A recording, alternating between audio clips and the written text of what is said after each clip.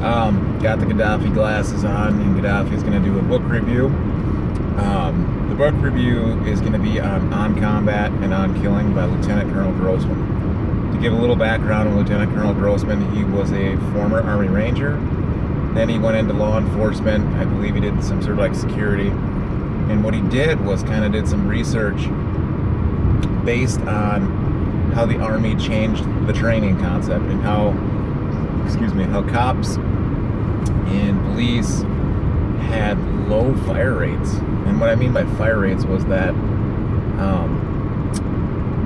they looked at World War II and prior, and people were noticing that between 10 and 15% of, let's say, a rifle squad was actually doing the killing, was actually doing the shooting.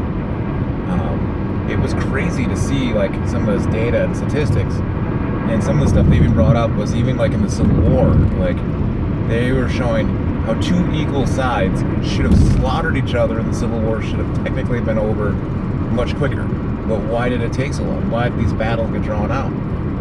Well, what happens is they discover that human nature isn't to kill. You have to really program someone or train someone to kill. And that's kind of what these books cover.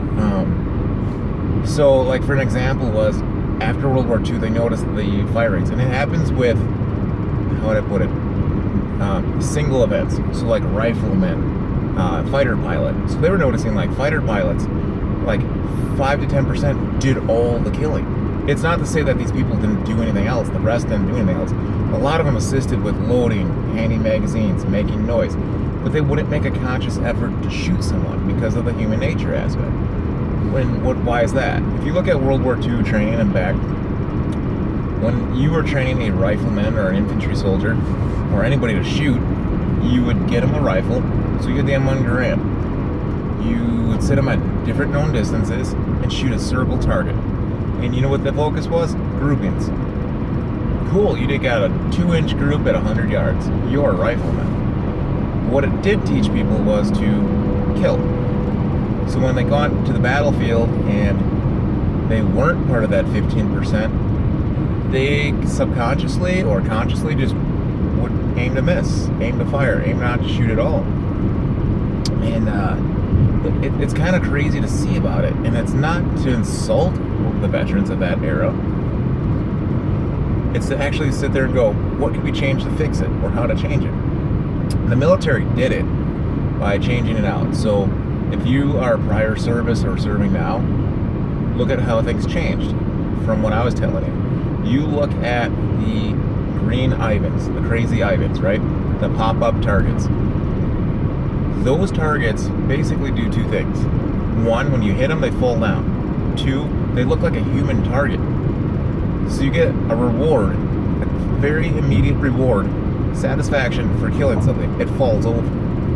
Then you go through and go, hey, you hit 37 out of 40, you're an expert. You hit 33 out of 40, you're a sharpshooter. You hit 24 out of 40, you're a marksman. You get a award and a medal.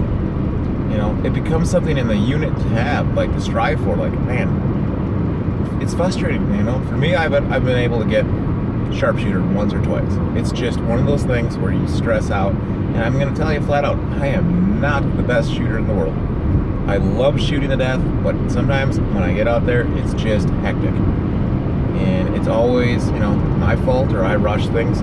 And it's one of those things. I enjoy shooting, and I love that part of the military. What it is, though, that you're going to look at is that in combination with how they did cadence, how they did bayonet training. When you're yelling kill as you're stabbing a target, kill, kill, kill, the cadences are about killing. The cadences are there. You are training someone to basically psychologically change them to accept killing.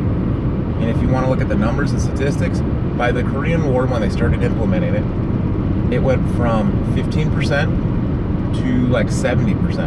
And by the time they got into Vietnam, it was around 90 to 95, and it still sits there today.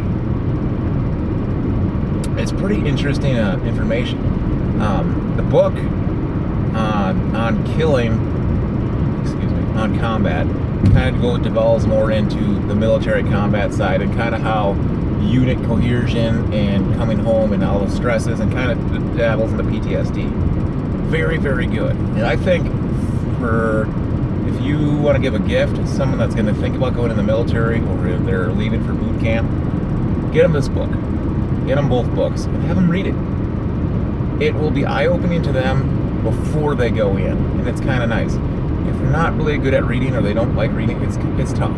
But if they're in service right now, get them the books if they haven't read them. Why? Because when I read them, and I deployed years ago, and when I came back, I read this book, and I'm like, man, some of the things in this book hit home. I've never heard this book before. And then they talked about some of the reoccurring nightmares that people had from combat, from PTSD, and they were some of the same ones I had. And it was weird to hear it in a book, because I listened to them on Audibles, go, here's an exact, to-the-point dream. And I woke up sweating. I'm like going, and I sit here reading this book going, holy hell, that's crazy that this book, and this guy did enough research that he knows what's going on. The on-killing part really devolves into training, because it's 2 books. The on-killing part devolves more into the psychological of changing people, killing. Now, like I was saying before, these books I would recommend to anybody that's in service, police, military, anybody that's in law enforcement, anybody that's going to go into the military, if you're already in, or you got out, or your dad was a Vietnam vet. These might be able to help them. If you're a soldier or whatever, your dad or your mother struggled with some of the things from war that just didn't really click well, this helps. Now, on the flip side, if you're going to go into preparedness or prepping, this is kind of where the line gets drawn for me. These are 2 tools for people who are going into prepping, who are understanding that you're going to be taking security and, for the most part, the law into your hands. Self-reliance and self-protection is fundamental rights to you. Now, if your group is training to fight and training to shoot, how are you doing it? Are you training to shoot at circle targets? You go to the bench, your group shoots, a good group, you have a few beers afterwards, and you just bench shoot. Does that really train you to shoot? Probably not. It makes you a good shooter, but it doesn't make you effective at killing. It doesn't make you effective at a lot of things like this. When I do the training, when we offer training, and we go through it, we use 9-hole boards, kind of what 3-gun you would see on, and we use mostly cover tactics, and run and gun. You're going to wear what you need to wear. If you want to wear a combat vest, a battle belt, all the things, you're going to have your rifle, your primary rifle, and your secondary handgun, and you're going to run and gun. And it's always cool to see the very first people come out who've never done this, who've only done bench shooting. But they think, sometimes they have the mindset of, well, I'm just going to think my way through it. Well, that goes out the window because of the way that you lose your fine motor skills, which is covered in that book. People fumble, people struggle, and people screw up. And then it starts clicking like, oh, I really need to load my mags a certain way. I really need to focus more on getting rounds down range than the perfect shot. I really need to get this. And then you incorporate it with teams. You put another person on there. So you have 2 people running down there, and back. And that's just scratching the surface of what you can do. And then for targets, I would say make your targets look human. Make your targets, use reactive targets, targets that fall over, targets that make, blow into smoke. There's clay targets that'll blow into, colored dust. There's, steel targets. They're so affordable today that you can get them to set up and they knock down. They make a ding sound. It's instant feedback. And what you're doing is you're conditioning your team to fight so that when you do get to the point, if that ever happens, you will be able to engage. You will be able to kill and destroy. For law enforcement, one example he uses, because I'm going to use this muscle memory concept that is funny. Well, it's not funny. It was actually sad, and it actually caused a lot of people to get injured and hurt. So a lot of police in the 70s and before, when they would practice shooting their revolvers, would pick up their brass when they were done shooting. They would dump their brass into their pocket instead of just letting it go to the floor. Why? Well, it was easier instead of having to clean up. Well, what happened in a lot of gunfights, they were finding dead police officers who put brass into their pocket instead of reloading right away. You create those muscle memory movements. If you sit there and bench shoot, what happens when you shoot and you need to fight back? Even if you do shoot back, you have a tendency to stand there instead of seeking cover. Like, oh, there's a table here versus standing in the open hallway. So I'm going to put the links again for the books. I'd recommend buying them. If you can get them on eBay for a lot cheaper, go for it. They are two great books.